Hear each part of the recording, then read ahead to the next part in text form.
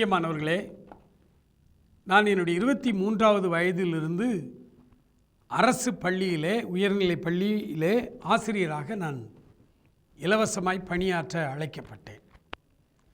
ஆசிரியராக நான் வேலை பார்த்து வருகிற அந்த காலகட்டங்களிலே எத்தனையோ பேரோடு பழக, எத்தனையோ மாணவர்களுக்கு வார்த்தைகளை கற்றுக் கொடுக்க ஆண்டவர் கிருபை கொடுத்தார். இந்த பைபிளில் உள்ள பழைய ஏற்பாட்டு கதைகளை எல்லாம் ஆங்கிலத்திலே மாற்றி நான் ஆங்கிலத்திலே மாணவர்களுக்கு சின்ன சின்ன மாரல் இன்ஸ்ட்ரக்ஷனாய் சொல்லிக் கொண்டே வருவேன். அப்படி ஆசிரியர் பணியிலே அநேகருக்கு முன்மாதிரியாக இருக்க வேண்டும் என்று ஒவ்வொரு நாள் காலையிலும் நான் ஜெபத்தோடு பள்ளி என்னுடைய வேலைக்கு நான் செல்வது வழக்கம். ஒரு நாள் ஆலயத்திற்கு ஸ்கூலுக்கு நான் போன பொழுது ஒரு நாள் நான் பள்ளிக்கூடத்திற்கு சென்ற பொழுது சில அதிகாரிகள் வந்திருந்தார்கள். அவர்கள் ஆடிட் பண்ணுவதற்காக வந்திருக்கிறார்கள் என்று சொன்னார்கள். ஆடிட் எல்லாம் முடிந்தது. தலைமை ஆசிரியர் என்னை அழைத்தார். அவர் என்னிடத்தில் சொன்னார், நீங்கள் அதிகமாய் சம்பளம் வாங்கியிருக்கிறீர்கள் அரசாங்கத்தில், அதை உடனடியாய் திருப்பி கட்ட வேண்டும் என்று சொன்னார். நான் சொன்னேன், இல்லை, ஒரு பைசா கூட நான் அதிகமாய் வாங்கவில்லை. ஏனென்றால் ஒவ்வொரு பே ஃபிக்சேஷனையும் நானே இருந்து பார்த்துருக்கிறேன், எந்த தவறும் இல்லை என்று சொன்னேன். ஆனால் அங்கிருந்த ஆடிட்டர்கள் சில காரியங்களை காண்பித்து இதிலெல்லாம் தவறு இருக்கிறது, இது தவறாய் ஃபிக்ஸ் பண்ணியிருக்காங்கன்னு சொன்னேன். நான் இல்லை என்று வாதாடுகிறேன். அவர்கள் உடனே இதுக்கு ஜீவோ இருக்குதா என்று கேட்குறாங்க. என் கையிலே இல்லை, எனக்கு பதில் இல்லை. அவள் சொல்லிவிட்டார்கள், நீங்கள் கட்ட வேண்டும் என பல லட்சம் ரூபாய். இது நடந்தது 2000. நான் மூலைக்கரைப்பட்டி அரசு மேல்நிலைப் பள்ளியிலே அப்பொழுது நான் வேலை பார்த்து கொண்டிருந்தேன். என்ன செய்வதென்றே தெரியவில்லை. பள்ளிக்கூடம் முடிந்தது, நான் வீட்டுக்கு வந்து விட்டேன். இரவிலே இந்த காரியத்தை என்னுடைய வீட்டாரோடு பகிர்ந்து கொண்டு அதன் பிறகு ஆண்டவரிடத்திலே சொன்னேன். காலையிலே நான் எழுந்தேன். வழக்கம் போல் என்னுடைய காரியங்களை எல்லாம் முடித்துவிட்டு நான் பள்ளிக்கூடத்துக்கு போனேன். எப்போதும் போல் பள்ளிக்கூடத்தில் எல்லாரையும் பார்த்து குட் மார்னிங் சொன்னேன்.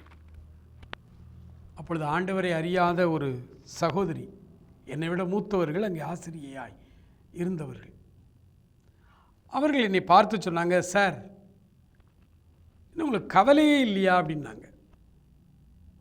நான் சொன்னேன், ஏன் இல்லை, எனக்கு கவலை இருக்குது அப்படின்னு. ஆனால் உங்களை பார்த்தா அப்படி தெரியலையே, மகிழ்ச்சியாக இருக்கீங்களே.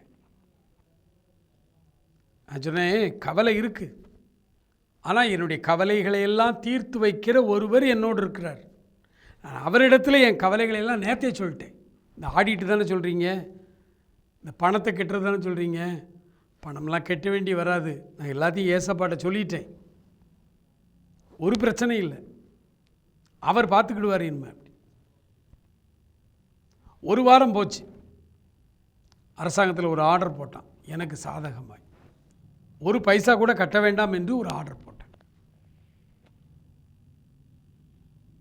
அந்த டீச்சர் சொன்னாங்க, சார், நீங்கள் கும்பிடுற கடவுள் உண்மையிலேயே சக்தி வாய்ந்த கடவுள் தான்.